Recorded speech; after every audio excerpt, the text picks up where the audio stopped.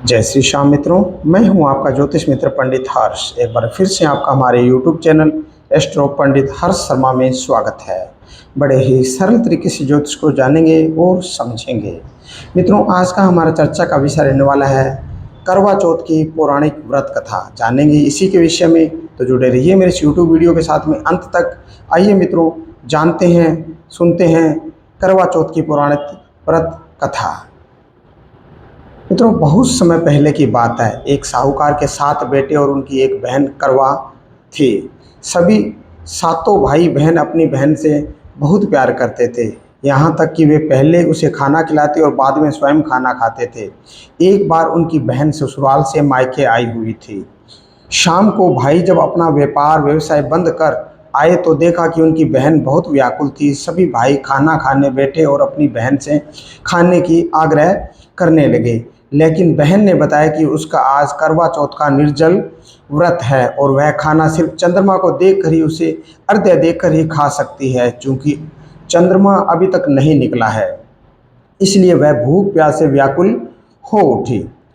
मित्रों, सबसे छोटे भाई को अपनी बहन की हालत देखी नहीं जाती और वह दूर पीपल के पेड़ पर एक दीपक जलाकर चलनी के ओट में रख देता है और दूर से देखने पर वह ऐसा प्रतीत होता है कि जैसे चतुर्थी का चांद उदित हो गया है। उसके भाई बाद में अपनी बहन को बताता है कि चांद निकल आया है, तुम उसे अर्घ्य देने के बाद भोजन कर सकती हो। बहन खुशी के मारे सीढ़ियों पर चढ़कर चांद को देखती है और उसे अर्घ्य देकर खाना खाने बैठ जाती है।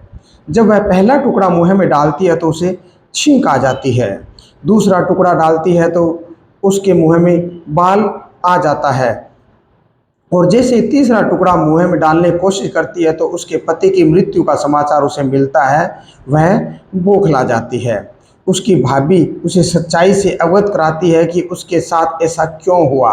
करवा चौथ का व्रत गलत तरीके से टूटने के कारण देवता उससे नाराज हो गए हैं और उन्होंने ऐसा किया है। सच्चाई जानने के बाद करवा निश्चय करती है कि वह अपने पति का अंतिम संस्कार नहीं होने देगी और वह अपने सतीत्व से उन्हें पुनर्जीवन दिलाकर रहेगी। वह पूरे 1 साल तक अपने पति के शव के साथ बैठी रहती है और उसकी देखभाल करती है और उसके ऊपर उगने वाली सुई नुमा घास को वह एकत्रित करती जाती है।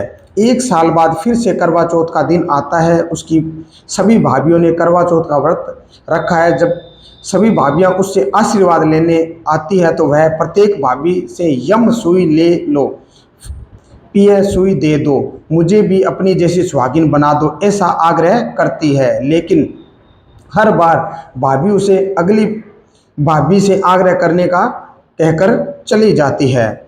इस प्रकार जब 6ठे नंबर की भाभी आती है तो करवा उससे भी यही बात दोहराती है। यह भाभी उसे बताती है कि चूंकि सबसे छोटे भाई की वजह से उसका व्रत टूटा था, अतः उसकी पत्नी में भी शक्ति है कि वह तुम्हारे पति को दोबारा जीवित करा सकती है। इसलिए जब वह आए तो तुम उसे पकड़ लेना और जब तक वह तुम्हारे पति को जिंदा ना कर दे उसे नहीं छोड़ना। ऐसा कहकर वह चली जाती है। सबसे अंत में छोटी भाभी आती है। करवा उनसे भी सुहागिन बनने का आग्रह करती है, लेकिन वह टाल मटोल करने लगती है। इसे देख करवा उन्हें जोर से पकड़ लेती है और अपने सुहाग को जिंदा करने के लिए कहती है। भाभी उससे छुड़ाने के लिए नोचती है, खसोड़ती है, लेकिन करवा नहीं छोड़ती है। अंत में उसकी तपस्या को देख भाभी पसीज जाती है और अपनी छोटी उंगली को चीरकर उसमें से अमृत उसके पति के मुंह में डाल देती है। करवा का पति सुंदर श्री गणेश कहता हुआ उठ बैठता है और इस प्रकार प्रभु कृपा से उसकी छोटी भाभी के माध्यम से करवा को अपना सुहाग वापस मिल जाता है। हे श्री गणेश माँ गौरी, जिस प्रकार करवा को चिर सुहागन का वरदान आपसे मिला है वैसा ही सब सुहागिनों को मिले। मित्रों, ये थी करवा चौथ की पौराणिक व्रत कथा जो भी आपने सुनी और देखी। इसी तरह की अन्य जानकारी जानने के लिए जुड़े रहिए हमारे चैनल के साथ में। हमारे चैनल को लाइक करें, शेयर करें और सब्सक्राइब करें। आज के लिए बस इतना ही। जय श्री श्याम।